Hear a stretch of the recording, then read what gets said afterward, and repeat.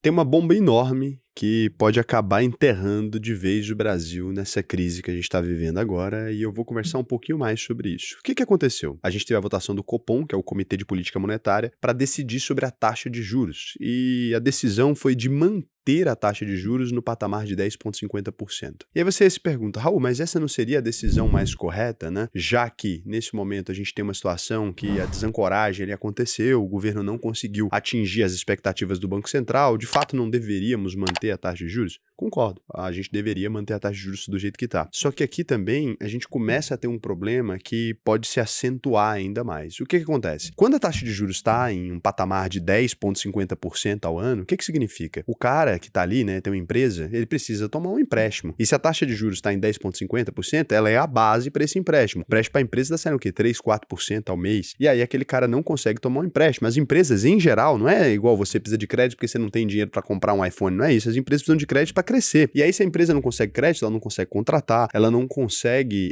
se desenvolver ali. A nossa indústria já é horrível. A gente já tem uma desindustrialização em massa no Brasil e sem dinheiro é impossível. E outra coisa que a gente acaba vendo também é todas as varejistas em crise. Casas Bahia está em crise, né? A Ponto Frio ali, que é da Casas Bahia, também está em crise. Magazine Luiza nem se fala, situação terrível já há anos aí se arrastando. Então a gente está vendo todos os varejistas do país numa crise grave. A gente já tem essa crise também afetando aí a lojas Renner, a Americanas foi de Americanas, né? Muito por conta das fraudes, não tem a ver com isso específico, mas aqui a gente vê o empresariado brasileiro pressionado. E aquele empreendedor pequenininho, ele tá lascado, porque ele tá com um fluxo ruim e as pessoas não têm crédito para ir lá comprar os produtos. A taxa Selic nesse patamar reduz a oferta de crédito de todos os bancos. Aí o cara não tá tendo crédito para passar o cartãozinho de crédito ali e você sabe que o Brasil não funciona sem crédito, né? Para você ter uma noção assim, só do impacto que isso tem, lá atrás o Brasil vivenciou uma crise muito feia. O Brasil vivenciou uma crise muito feia mesmo. Ali nos anos 90, né, a gente vinha de um cenário de hiperinflação, então a nossa inflação estava terrível, a gente não estava conseguindo sobreviver basicamente, e naquele momento você não tinha como comprar nada a prazo. Então o brasileiro ele não tinha como comprar nada a prazo. Por quê? Porque o vendedor ia te vender uma televisão por 1.500, por exemplo, e no fim do ano a televisão ia estar custando 5.000. Então quando você estivesse pagando a parcela para ele de 250, ele não conseguia nem comprar uma televisão para vender de novo pelo valor que ele te vendeu, né? Ele não teria margem de lucro. Parcelamento que existia ali era em 2 vezes no máximo. Só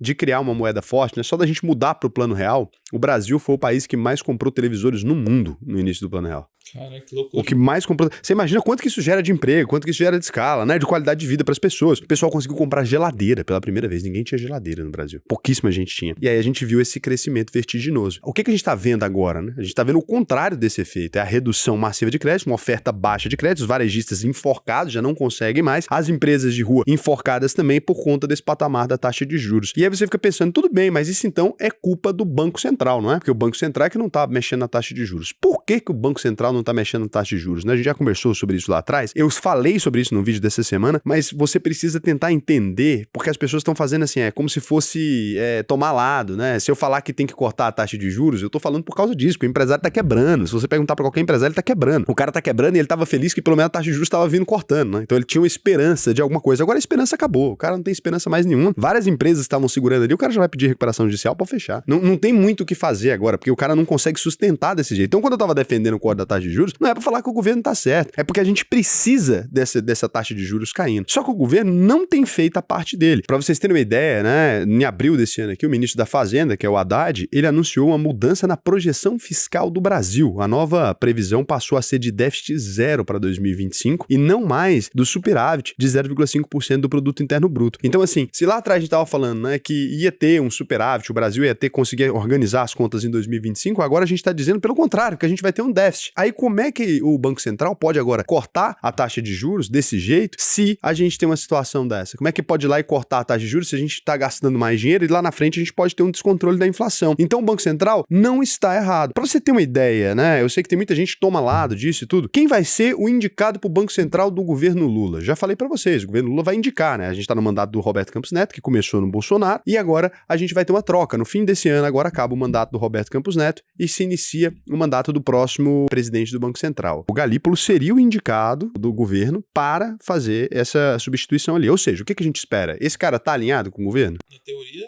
é pra tá, tá, né? Esse cara tá alinhado, porque, se o governo vai indicar ele, não é? O Lula vai indicar esse nome lá. Esse cara, o Lula vai indicar um cara que ele não confia? Então, obviamente, se ele é até agora o nome favorito, tá? E continua sendo o nome favorito. Como é que esse cara votou? Porque ele faz parte do Copom. Como é que ele votou? 9-0, né? Ele votou junto com o Roberto Campos Neto. Então ele votou pela manutenção da taxa de juros, que vai de encontro àquilo que eu estava falando lá atrás. Eu acredito que, na verdade, o Lula sabe que a taxa de juros não pode mexer. Só que, assim, a economia não tá andando. A coisa tá meio de lado. Eles estão extrapolando nos gastos ali. Quem que ele vai falar que é o culpado por esse problema? Vai falar, sou eu aqui que não tô dando conta de mexer? É o Haddad que não tá dando conta? Não, porque as coisas têm um tempo também pra funcionar, né? Não é assim. Enquanto não funciona, você vai falando do Banco Central, você fala aí, o Banco Central que tá segurando a taxa de juros. Aí ele vai lá e taca no Roberto Campos Neto, não é isso? Então você taca no Roberto Campos Neto por uma questão política. Ele precisa botar a culpa em alguém. Tem que ser culpa de alguém, não pode ser culpa dele, não é? Mas você vê que o Galípolo, que é o cara que ele tá pretendendo indicar, é o cara que votou junto também. Então será que o Lula não quer a manutenção da taxa de juros? É uma pergunta que eu te faço, assim, conhecendo ele, sabendo que é um político articulado. Você pode gostar do Lula ou não. Você acha que ele quer manter a taxa de juros do jeito que tá ou não? Porque esse aqui ele já poderia ter tentado uma canetada, já poderia ter tentado interferência, e fica ali, o problema é o Campos Neto aí me atrapalhando. Não, e o Campos Neto não, né? Que ele fala, o problema é o mercado,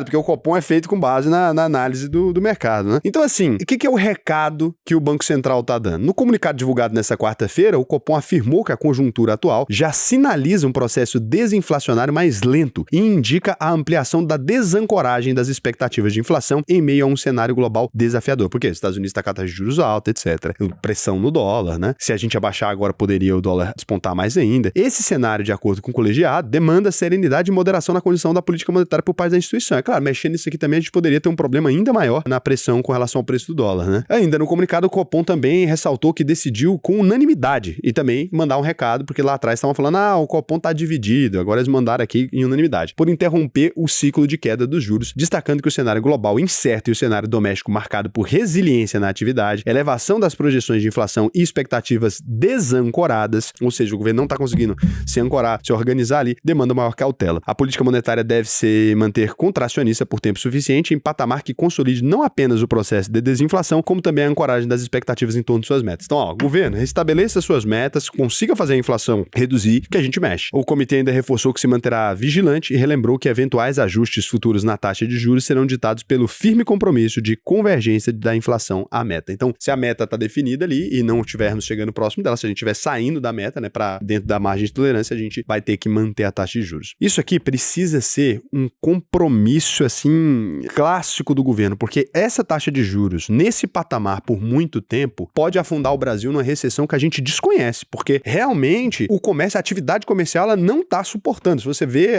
na rua as pessoas, etc., as pessoas estão com muita dificuldade de consumir qualquer coisa. A gente não tem visto números bons, né? Na geração de emprego a gente ainda tem visto, mas não tem visto números bons nas vendas de absolutamente nada. Então as vendas estão assim meio congeladas. E a gente sabe que isso mantém a geração de emprego. Se essa bomba aqui, ninguém botar o pino dela de volta para essa granada não explodir, ela vai explodir na nossa mão e a gente pode entrar num problema que vai atrasar o Brasil, mas sei lá quanto tempo. Então o governo precisa tomar as rédeas agora, decidir o que vai fazer para atingir esse compromisso para a gente voltar a ter o corte na taxa de juros. Raul, mas não vale cortar de qualquer jeito? Eu acho que não seria prudente, porque se você corta de qualquer jeito agora essa taxa, lá na frente a gente vai pagar por ela, né? Você tem que lembrar disso. Porque você pode cortar ela agora, vai estimular, só que esse estímulo vai vir a que custo? Depois a gente enfrenta uma inflação gigantesca, a gente fica igual a Argentina para chegar num lugar depois é muito complicado. Se você pegar aqui o ranking das moedas que mais se desvalorizaram frente ao dólar aí, lembrando, o dólar é inflacionário, o Brasil tá na 5ª posição, nossa moeda tá com 11,40% de desvalorização, né? A gente tá empatadinho aqui com a Argentina, praticamente a mesma coisa. Acima da gente tem Gana, Sudão do Sul, Egito, a Libra do Egito aí, a Naira da Nigéria também 41%, né? Abaixo da gente aí o Japão também teve uma desvalorização forte, a Turquia, o México, Colômbia, né? São países também que estão com uma desvalorização menor que a nossa, mas também muito fortes aí, então é uma crise meio generalizada. Significa, Raul, que meus investimentos vão ficar horríveis? Significa que o mundo vai acabar?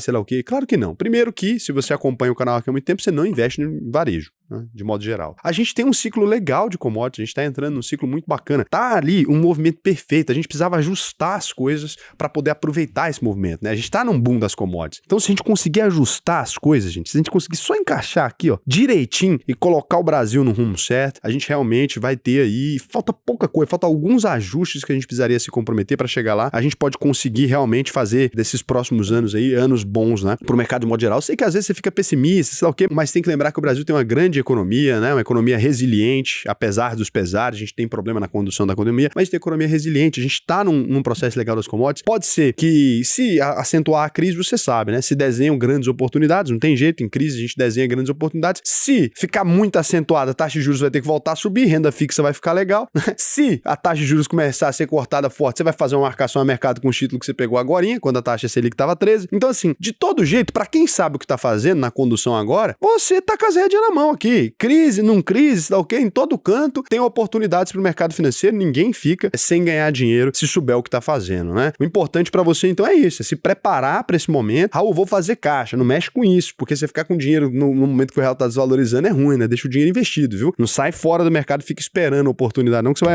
vai sentar na graxa, viu? Então presta atenção, vai aí, se você quiser aprender, né? Tem a maior escola de investimentos do Brasil. Você pode abrir aí alvp.com.br, clicar no botão Faça sua análise de perfil, responde para mim aqui, ó, com atenção, né? Cada uma das perguntas aqui que a gente colocou nesse processo, que você vai aprender a investir. Vai pegar lá, tem aulas gravadas, tem aula ao vivo comigo, pra você tirar as dúvidas comigo mesmo. Não é igual esses cursinhos que o pessoal vem aí e fala, você vai fazer lá, e aí você chega, não tem todos desconjuntados. Não, a gente tem nossa própria plataforma de investimentos, a gente tem aqui ferramentas só nossas aqui para investir, é coisa muito bacana mesmo. E lembrando do compromisso da UVP, você entrou aqui e não aprendeu a investir, eu devolvo 100% do seu dinheiro. Ah, como é que eu sei que isso é verdade? Parece história de gente que inventa história, né? Na internet é golpe toda hora. Pode ir lá, a única verdade possível no Reclame Aqui, é um site que a gente não tem como controlar. Pode pesquisar o nome de qualquer empresa aqui no Reclame Aqui, que você vai ver que é cheio de reclamação, porque não tem como controlar. E quando você olhar o VP, você vai ver que a gente tem 0 reclamações aqui. Ninguém nunca disse, ó, o Raul não devolve o dinheiro, olha, isso aí é mentira. A gente tá aqui há mais de 3 anos registrados aqui, verificados no Reclame Aqui, sem nunca ter tido problema com ninguém, tá bom? Então, eu espero você lá, vai ser um prazer. E pra você que chegou até aqui no final, eu queria que você me dissesse o seguinte, você tá confiante ou tá temeroso? Ah, eu tô temeroso, tô confiante. Comenta aí embaixo pra mim, porque gente que chega no final é bacana, né? Beijo pra vocês.